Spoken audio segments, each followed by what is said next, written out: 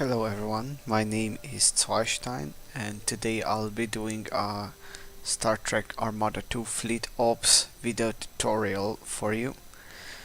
I will be showing off the Federation warp-in rush. Now, before I start on the actual explanation of the rush, I am going to talk about a little bit who I am in terms of fleet ops. I'm a mid-range player. I have started playing Armada 2 fleet ops 5 or 6 years ago. Then I had a huge hiatus waiting for 4.0 to be released, but now I've come back and I've noticed that a lot of people are struggling to get into it today, as most of the tutorials are text-based and available on guides.fleetops.net. Anyway, the Federation warp-in rush. Federation warp-in rush is a rush that will put you ahead of your enemy, but will probably not win the game outright.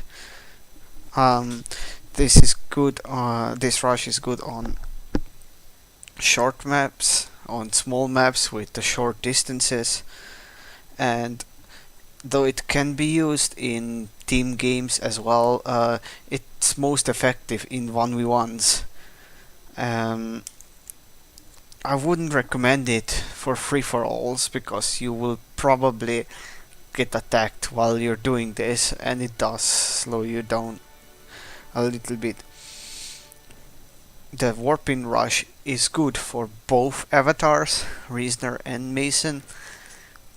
There's no particular preference for it, but we will be choosing Mason in this game as Mason is the supreme or superior 1v1 avatar. Now, a quick overview of what we're going to do. Since this is a rush, I like to execute it quite hard and fast, and things may be happening faster than I can explain them.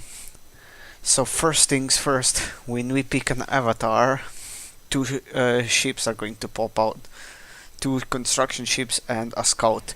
We're going to send the scout towards our enemy, who is going to be somewhere around down here, since we're playing on Duel II. We're going to use our construction ships to first build Starfleet Engineering, which is a pretty standard thing to build with the Federation, and the second one is going to immediately build a shipyard. We're going to place both the shipyard and Starfleet Engineering near our starbase, because we don't want to waste time with moving the shipyard to next to the moons.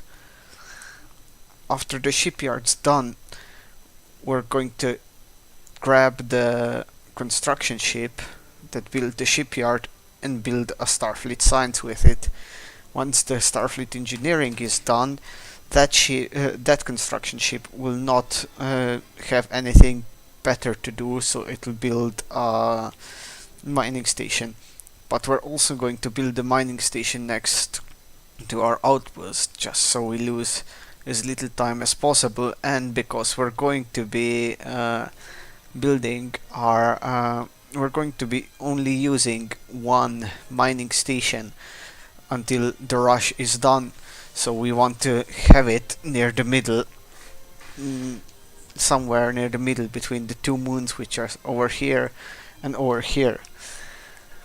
After our Starfleet Engineering is done, we will also queue up the Starship Chassis level 1 upgrade, and after that is done, we're going to build two Monsoons. Now, depending on what enemy you'll be facing, you can build a Monsoon and an Intrepid, but it's not wise to start with an Intrepid, just because it delays your Starfleet Command a little bit. Speaking of Starfleet Command, once our Starfleet Science is done, we will use that construction ship to build the Starfleet Engineering, or rather Starfleet Command. I apologize. Anyway, that's the quick overview. What happens after that is basically, once you have the Starfleet Command going, you warp in your ships towards the enemy's expansion, and you also go and build the second mining station at your home base. After that you expand, but when you expand you will probably not have the resources to continuously produce ships and build a second shipyard, so we will likely have to expand with a turret and a mining station and only build the second shipyard after we've got the expansion mining going, which this also signifies one of the weaknesses of this build is it's not very economic. You run off one mining station in the base for some time, and then when you expand, your expansion is much more vulnerable to enemy raids than regularly. Anyway, with that I believe I have covered the basics, and we shall now unpause and begin the rush. We pick Mason, we send our scout. Remember to set the scout to green or yellow alert so it doesn't engage the enemies. Let's build a shipyard here. 4 miners. We still queue up 4 miners, and what we do with them, this is something I forgot to mention earlier. The first miner is going to mine dilithium, the second one is going to mine titanium, just because we need 1 load of each for this rush to fully work over against the Klingon AI, which is the most overpowered AI, just because it can build 7 ships simultaneously.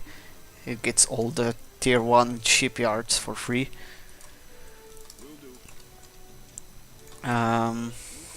Right, first mandrill goes to the lithium station, building Starfleet Science.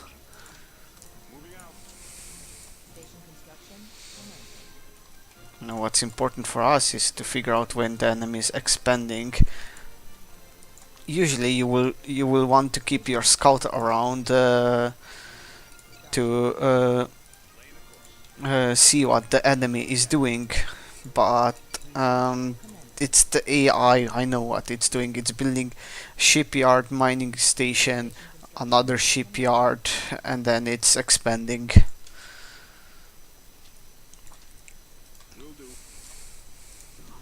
As you can see, Starship chassis level 1 is going on, but we're not building anything yet. That's because we want the Monsoons.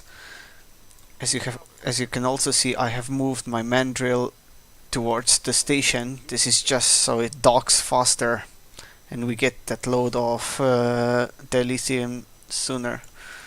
Let's move here because the Klingon construction ships are armed and we don't want to be losing our scout to that. We queue up for now just 2 Monsoons. This will do. This construction ship is idle now. We can't build anything with it yet. We're still waiting for this to complete, and now we can grab it and build Starfleet Command.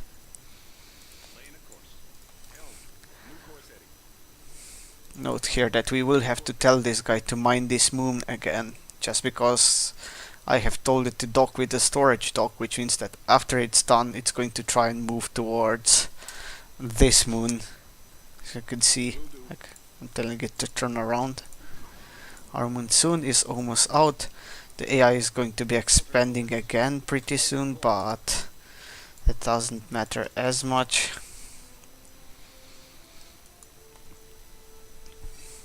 And now we're still waiting for that second Monsoon to start building before we start building this second storage dock. Note that this is the hardest rush possible variant. There is an early warpins variant, but in that case you don't go for Starfleet Science and Starfleet Command after your shipyard. You expand after it and you build a storage dock first. And yeah, let's not trouble ourselves with that. We will send this Monsoon towards the enemy's expansion. For now, all is going according to plan. The AI is going to start spamming ships soon.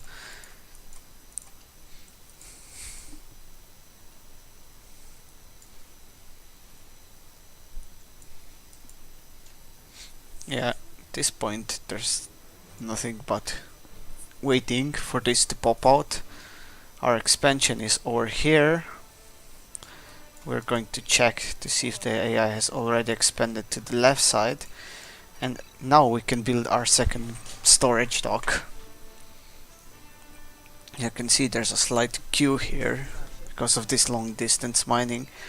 And the second Monsoon is out, but note that this Monsoon will not be in time for the rush to start, or rather the rush will start before it arrives. You can see we hotkey our Starfleet Command, order in the rush, always use the basic warpins, do not go for this warpin ever, and the harassment has begun. I apologize for the slight lag there. In this case, it's good to engage enemy freighters. There's a good chance that you will not be able to kill more than 2 or 3 freighters. If this was a human player, they would probably have built a shipyard here. This Monsoon is ready to attack as well.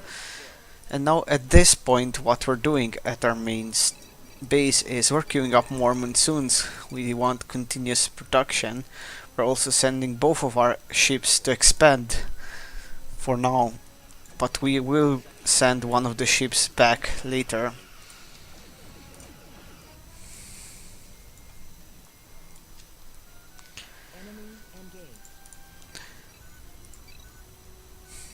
We will not be grabbing any researches yet, because we will be limited on tritanium until we grab the second tritanium moon, and we've already been long distance mining it, so its supplies are already somewhat lower. Now the AI is allowing us to just kill this uncontested because it's the AI. The AI will die to this, at least the normal AI. On hard or merciless difficulties, the Klingon AI will out-cheat you most of the time. I have not been able to win against it using any conventional tactics.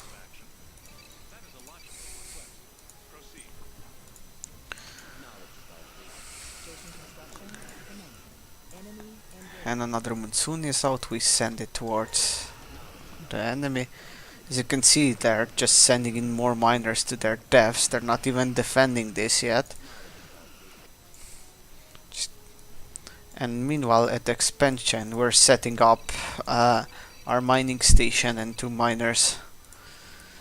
Note that when you're doing this warping rush, I do not recommend you go for a single moon forward expansion like this one, just because you're already limited on the amount of tritanium you have, and there's no tritanium over here, as well as oh, there you go, Aquadouche.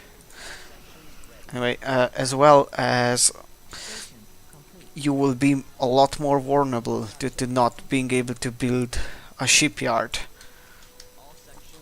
Oh, and we've got ourselves Officer Nebula Yoyodyne, which has the Type 15 phaser array now.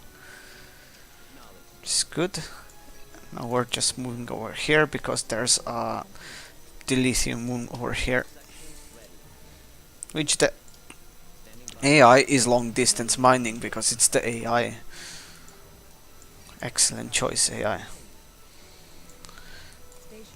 Now here we will send the ship back just because we do not need more than one ship to finish construction at the expansion, and this means that only one of our constructors will be exposed. Now, due to this ship having single stage energy conduits, our Centaur is taking a beating, so we will send it back and we shall go around and kill the other side. Or rather, we're going to kill the cohort over here. See, now that we have our mining going, we can build the second shipyard and really fortify this position. But if we were under attack, we would have to use these minerals for a phaser platform. If you're Mason, you can possibly build a pulse platform depending on what's going on if you're getting attacked by short-range ships, but for Reasoner it's not recommended. The Reasoner pulse platform leaves a lot to be desired. Right, let's not tank Starbase fire. Let's send in that second warping. And as you can see, from here on out, if you've survived this part, the game basically opens up in anything you wish. Like, you just need to set up the expansion, finish up with another storage dock next to the Tritanium moon, though we could possibly mine from both moons in this situation. Oh, and another Centaur. I like these guys. These guys are as fast as the Intrepids and possibly as fast as Monsoons, so you can usually keep them with your fast fleet later on in the game.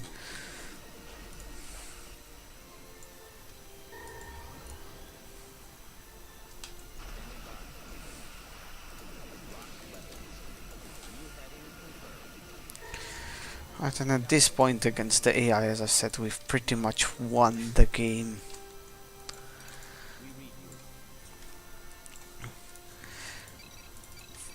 Possible transitions from this are basically all you want. You can change into Intrepids, you can change into chassis level 2, and if you're a Reasoner, you can build some Novas mixed with Akiras, or rather if you're Mason, you can build some Novas mixed with Akiras. If you're Reasoner, you can just go straight out Akiras and build another big yard somewhere. With this, I think this tutorial pretty much complete. I hope you've enjoyed this. This has been my first proper tutorial on the internet, so bear with me if it's a bit clunky. And I hope this helps you. Zweistein out.